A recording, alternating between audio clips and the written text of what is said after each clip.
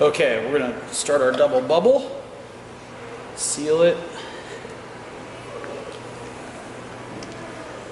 I start by coning. You can pre-center it if you want. Make sure you do cone it.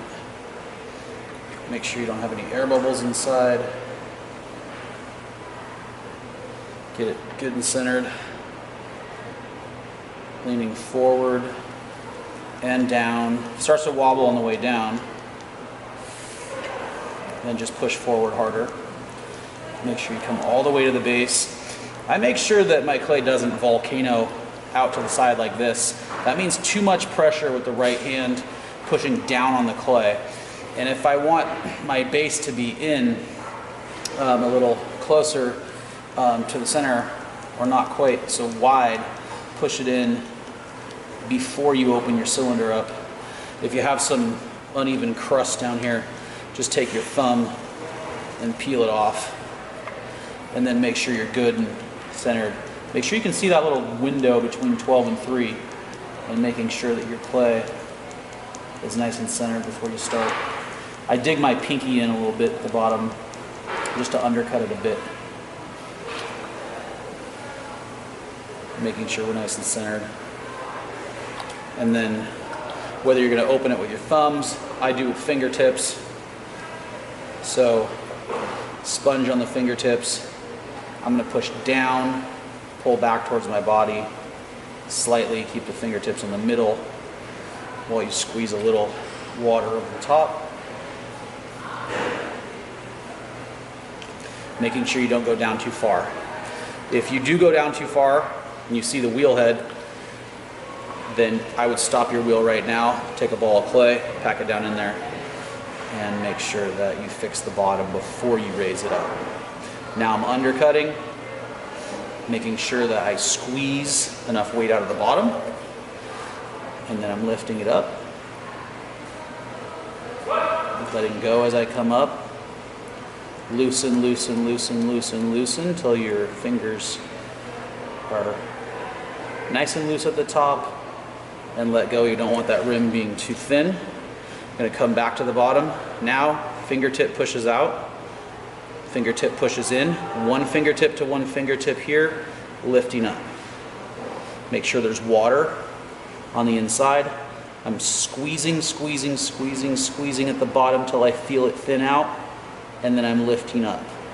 Those lines on the outside of your pot will tell you if you're raising slow enough. They should look really, really tight and look like they're going straight around your pot. If it looks like a spiral, you're going too fast.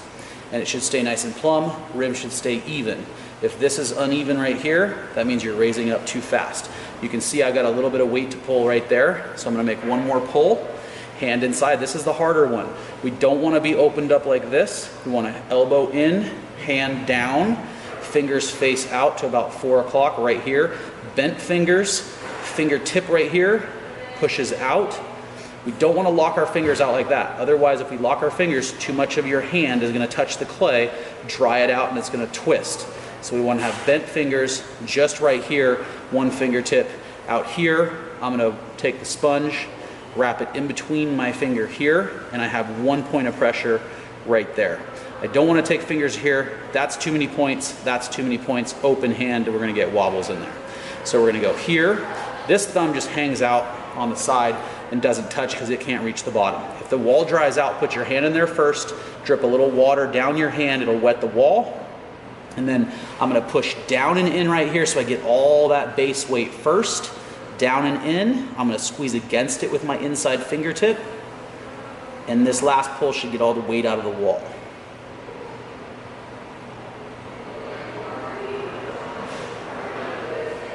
Loosen your fingers at the top.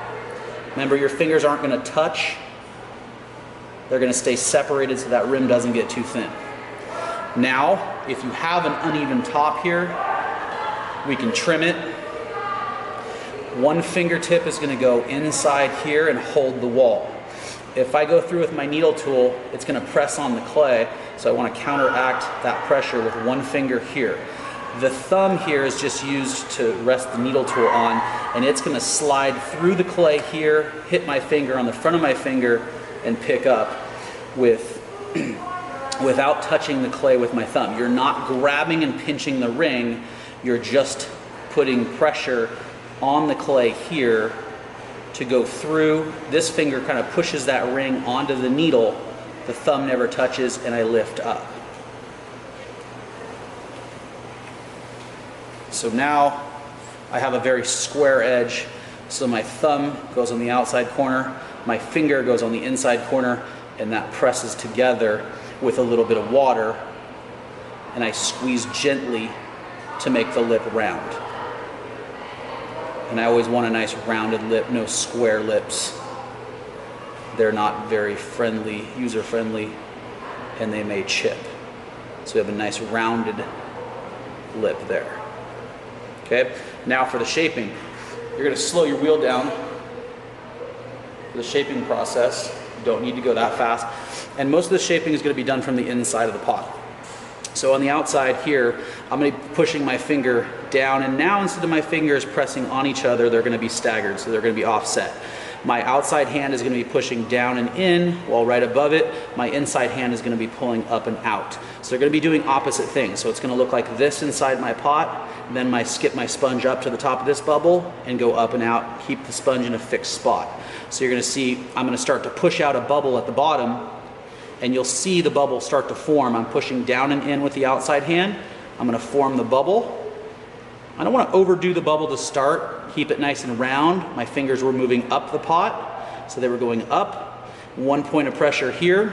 My sponge goes on the top of the bubble, and I do the same thing right above it. So sponge is gonna gently push in. My inside finger is gonna push up and out, create a bubble, and then I do the same thing here at the top. Pushing in here, now I get to roll out the lip. Pushing in, rolling out, pause at the rim, come off easy, don't squeeze it too thin, and then we sponge it. And then we want to give it a sponge bath when we're done, so we're just going to hold our sponge at 3 o'clock, sponge off all the slip. That could cause weak points and maybe even collapse when it's in the drying process. Want to do the same thing on the inside, wring out your sponge, always soak out the water.